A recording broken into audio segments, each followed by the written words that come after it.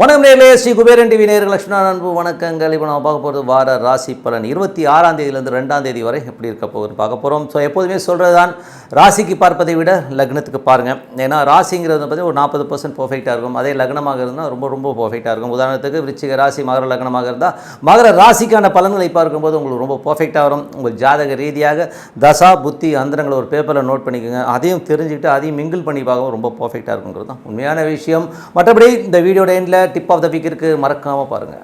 சிம்ம ராசி. ஸோ சிம்ம ராசிக்கு வந்து எப்படி இருக்கும் அப்படின்னு பார்க்கலாம். ஸோ உங்களது ராசி அதிபதி வந்து 11 இருக்கிறது ரொம்ப நல்ல விஷயம். ஸோ பெரிய வெற்றிகள், பெரிய ஒரு லாபங்கள் கிடைப்பதற்கான வாய்ப்பெலாம் நல்லா இருக்குது. யாருக்கெல்லாம் சிம்ம லக்னமாக இருந்து சூரிய திசை புத்தி அந்தரம் நடக்குதோ அவங்களுக்கு பெருத்த லாபங்களையும் நல்ல ஒரு ஏற்றங்களையும் கொடுப்பதற்கான வாய்ப்பில் ரொம்ப சிறப்பாக இருக்குது. 2-11ஆம் அதிபதி 11 இருக்கிறது வந்து ரொம்ப சிறப்புங்க. ஸோ குடும்பத்துக்கு நல்ல லாபங்கள், நல்ல சந்தோஷங்கள், குதூகலங்கள்லாம் கிடைப்பதற்கான வாய்ப்பெலாம் ரொம்ப நல்லா இருக்குது.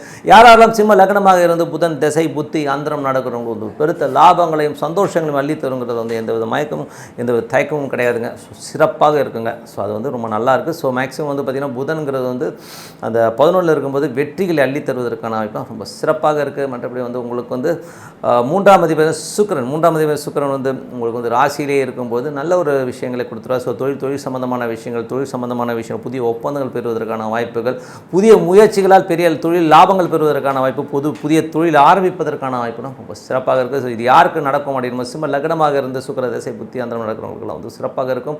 அதுக்கான கொஞ்சம் செலவுகள் பண்ணுவீங்க, ஓகேங்களா? ஏன்னா வந்து 10ஆம் அதிபதி 3 போதே புதிய விஷயங்களுக்காக செலவு பண்ணி அதுக்கான முயற்சிகள் கண்டிப்பாக ஒரு வெற்றி கிடைப்பதற்கான ரொம்ப சிறப்பாக இருக்குது. ஸோ அந்த விஷயத்துலலாம் வந்து நீங்கள் வந்து கண்டிப்பாக சக்ஸஸ் ஆகுன்றதான் உண்மை. இது யாருக்கு நடக்கணும் போது சிம்ம லக்னமாக இருந்து சுக்கிர திசை புத்தி அந்தரம் நடக்கணும்னா சிறப்பாக நடக்கும். ஏன்னா அதுக்கான முயற்சிகள், அதுக்கான அலைச்சல்கள் இப்போ போட்டிங்கன்னா பின்னாடி நாளில் ஒரு பெரிய லெவலில் வந்து முன்னேறுவதற்கான ரொம்ப சிறப்பாக இருக்குது. மற்றபடி 4ஆம் அதிபதி. ஸோ 4 மற்றும் 9ஆம் அதிபதியான செவ்வாய் வந்து நீச்சமாக இருக்கும்போது அப்பானாலும் சரி, மற்றபடி வந்து அம்மா சம்மந்தமான விஷயங்களும் நிறைய மனக்காயங்கள், நிறைய விஷயங்கள் வந்து ஸ்ட்ரெஸ்ஸாக இருந்திருப்பீங்க. ஸோ இது யாருக்கு நடந்திருக்கணும்? சிம்ம லக்னமாக செவ்வாய் திசை புத்தி அந்தரம் நடக்கணும். நிறைய ஒரு மனபாரங்கள், மனப்பிரச்சனைகளில் வந்து மாட்டிக்கிட்டு இருந்திருப்பீங்க. ஸோ அதெல்லாம் வந்து இப்போ மாறி ஒரு சிறப்பான விஷயங்கள், நல்ல விஷயங்கள்லாம் நடக்க ஆரம்பிக்கும். இன்னும் ஓரிரு நாட்களில் வந்து செவ்வாய் மாறினதுக்கப்புறம் நல்ல ஒரு சந்தோஷங்கள், குதூகலங்களை கண்டிப்பாக எதிர்பார்க்கலாம். மற்றபடி வந்து பார்த்திங்கன்னா உங்களுக்கு வந்து 5ஆம் அதிபதி. ஸோ 5ஆம் அதிபதியான குரு, 5 மற்றும் 8ஆம் அதிபதியான குரு வந்து உங்களுக்கு வந்து 9 இருக்கிறது வந்து பார்த்திங்கன்னா கொஞ்சம் வந்து மனக்காயங்கள் ஏற்படும். அப்பாவுக்கும் உங்களுக்கும் ஒரு சின்ன ஒரு ஸ்ட்ரெஸ் ஏற்படுறதுக்கான, குழந்தைகள் விஷயங்கள் வந்து ஒரு டென்ஷன் வருவதற்கான வாய்ப்புலாம் இருக்குது. என்னடா என் பிள்ளை இப்படி பேசி வச்சுங்கிறோம். இது யாருக்கு மேஜராக நடக்கணும் போது சிம்ம லக்னமாக இருந்து குரு திசை புத்தி அந்தரம் நடக்கணும் தான் மேஜராக நடக்கும். மற்றவங்களாம் ஒரு 10% தான் பாதிக்குன்னா உங்களுக்கு ஒரு 90% கண்டிப்பாக பாதிக்குங்க. கொஞ்சம் கவனமாக இருக்கணும், அதுதான் உண்மையான விஷயம். மற்றபடி வந்து 6ஆம் அதிபதி 7 இருக்கும்போது வேலையில் வந்து நல்ல ஏற்றங்கள், நல்ல மாற்றங்கள், நல்ல வருமானங்கள் வருவதற்கான வாய்ப்புலாம் இருக்குது. அதே நேரத்தில் கணவன் மனைவி உறவில் வந்து சின்ன மனஸ்தாபங்கள், ஈகோ கிளாஷஸ் கண்டிப்பாக இருக்குங்க. ஸோ கொஞ்சம் விட்டு கொடுத்து போகிறது ரொம்ப நல்லது. இது யார் மேஜராக பாதிக்கும்னா சிம்ம லக்னமாக இருந்து சனி திசை புத்தி அந்தரம் நடக்கிறவங்க தான் மேஜராக பாதிக்கும். மற்றவங்களாம் இதை பற்றி கவலையே பட வேண்டாங்க. ஸோ மற்றபடிலாம் எல்லாருக்குமே சிறப்பாக தான் இருக்கும். அது 7ஆம் அதிபதி வந்து 7 வந்து சனி இருக்கும்போது சோம்பேறித்தனங்கள் அதிகமாக இருக்கும். கணவன் மனைவி நடுவில் என்னடா இது இந்த பொண்ணு ஒரு இப்படி இருக்கே அப்படிங்கிற மாதிரி ஒரு இந்த ஆளினே இந்த மாதிரி சோம்பேத்தனமாக இருக்கணும். ஸோ கணவன் மனைவினோட இந்த மாதிரி ஒரு கான்வர்சேஷன் அடிக்கடி இருக்கும். ஸோ அதெல்லாம் சரியாயிடுங்க. ஸோ மற்றபடி 8ஆம் அதிபதி 9 இருக்கும்பொழுது அப்பாக்கும் உங்களுக்கும் நிறைய கருத்து வேறுபாடு இருக்கும். வெளிநாட்டில் இருக்கவங்களுக்கும் உங்களுக்கும் வந்து பார்த்திங்கன்னா வெளிநாட்டில் இருக்கவங்களுக்கு ரொம்ப ஒரு மனசோர்வுகள் ஒரு மச்சா என்னடா அது இங்கே இருக்கோமேங்கிற ஒரு எண்ணங்கள் அதிகமாக ஒரு இருக்கான வாய்ப்புலாம் நிறைய இருக்குது. மற்றபடி 10ஆம் அதிபதி. ஸோ 10 வந்து உங்களுக்கு வந்து 10ஆம் அதிபதி சுக்கிரன் வந்து 12 இருக்கும்போது தொழில் ரீதியான விஷயங்களில் வந்து நிறைய கான்சன்ட்ரேட் பண்ணுவீங்க. அதுக்காக நிறைய செலவு பண்ணுறதுக்கான வாய்ப்புகள்லாம் இருக்குது. ஸோ 12 இருக்கும்போது நிறைய செலவுகள். பட் அந்த முயற்சிகள் அத்தனையுமே இன்னும் கொஞ்ச நாள் ஒரு வாரம் 10 நாட்களில் வந்து பெரிய ஒரு லாபங்களையும் வெற்றிகளையும் கொடுப்பதற்கான வாய்ப்புகள். மேக்ஸிமம் எஃபோர்ட் கொடுங்க அப்படிங்கிறது தான் உண்மையான விஷயம். சிம்ம லக்னமாக இருந்து சுக்கிர திசை புத்தி அந்தரம் நடக்கிறவங்களுக்கு வந்து ஒரு சிறப்பான தொழில் ரீதியான அலைச்சல்கள் இருந்தாலும் பெரிய வெற்றிகளை தேடி வந்துட்டு இருக்குங்க. ஸோ உங்களை தேடி ஒரு புதிய தொழில் வந்துட்டு இருக்குன்னு தான் உண்மையான விஷயம். மற்றபடி 11 புதன் இருக்கிறது ரொம்ப சிறப்பான விஷயம். பெரிய லாபங்களையும் பெரிய ஒரு வெற்றிகளையும் கொடுக்கும். யாருக்கெல்லாம் வந்து சிம்ம லக்னமாக இருந்த புதன் திசை புத்தி அந்தரம் நடக்குதோ அவங்களுக்கெல்லாம் வந்து சிறப்பான விஷயங்கள், நல்ல விஷயங்கள் நடக்கும் சொல்லிட்டு இதில் வந்து 12 உள்ள செவ்வாய் நீச்சமாக இருந்தது வந்து ராசிக்கு வந்து இன்னும் 2-3 நாட்களில். ஸோ அதனால் வந்து அப்பாக்கிட்டையும் சரி அம்மாக்கிட்டையும் இருந்த ஒரு கருத்து பேதங்கள்லாம் மாறி ஒரு சிறப்பான நல்ல விஷயங்கள் நடக்க ஆரம்பிக்கும்.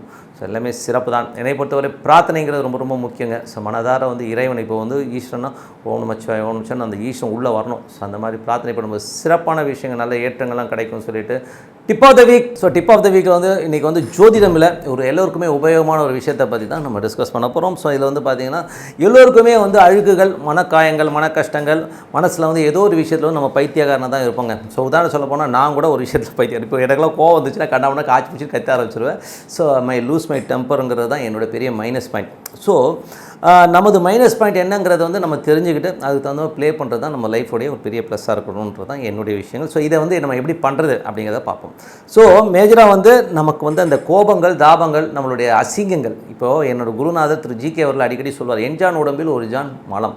அது எவ்வளோ பெரிய மகானாக இருக்கட்டும், பெரியவராக இருக்கட்டும், யாராக வேணா இருக்கட்டுங்க, எல்லாருக்குமே அழுக்குங்கிறது உள்ளுக்குள்ளே வந்து அட்லீஸ்ட் ஒரு 5 நிமிஷமாச்சும் வந்து போகாமல் இருக்கவே இருக்காது. வக்கர குணங்கள்லாம் வந்துட்டு தான் இருக்கும். ஸோ அப்படி இருக்கும்போது நம்ம என்ன பண்ணலாம் அப்படின்னும்போது, நம்பர் 1, நம்ம வந்து மனசை வந்து முதல்ல வந்து காம் டவுன் பண்ணுங்க. ஸோ அதுக்கு வந்து பார்த்திங்கன்னா ஒரு அமைதியான ஒரு தியானமோ ஜபமோ பண்ணணும். அது எப்படி பண்ணணும்னா ஒரு ஓம் நமச்சிவாயம் போது அந்த ஓம் நமச்சிவாயம் அந்த இறைவனோட ஒன்றுதல் ஃபஸ்ட்டு ஸ்டார்டிங்கில் கஷ்டமாக தான் இருக்கும். ஓகேங்களா, ஃபஸ்ட்டு ஸ்டார்டிங் கஷ்டமாக தான் இருக்கும். பட் இருந்தாலும் இது பண்ண வந்து நீங்கள் அப்படியே ஒன்றரை வந்து அதை லயிக்கும் போது உங்கள் மனம் வந்து காம் ஆகுங்க. ஸோ அப்போ வந்து நீங்கள் எடுக்கிற டெசிஷனில் வந்து ஒரு நிதானம் இருக்கும். ஓகேங்களா, நம்ம என்ன பேசுகிறோம், என்ன பண்ணுறோம் அப்படிங்கிற நிதானம் இருக்கும். ஸோ நம்ம அடுத்த லெவல் போகிறதுக்கு இது ரொம்ப யூஸ்ஃபுல்லாக இருக்கும்.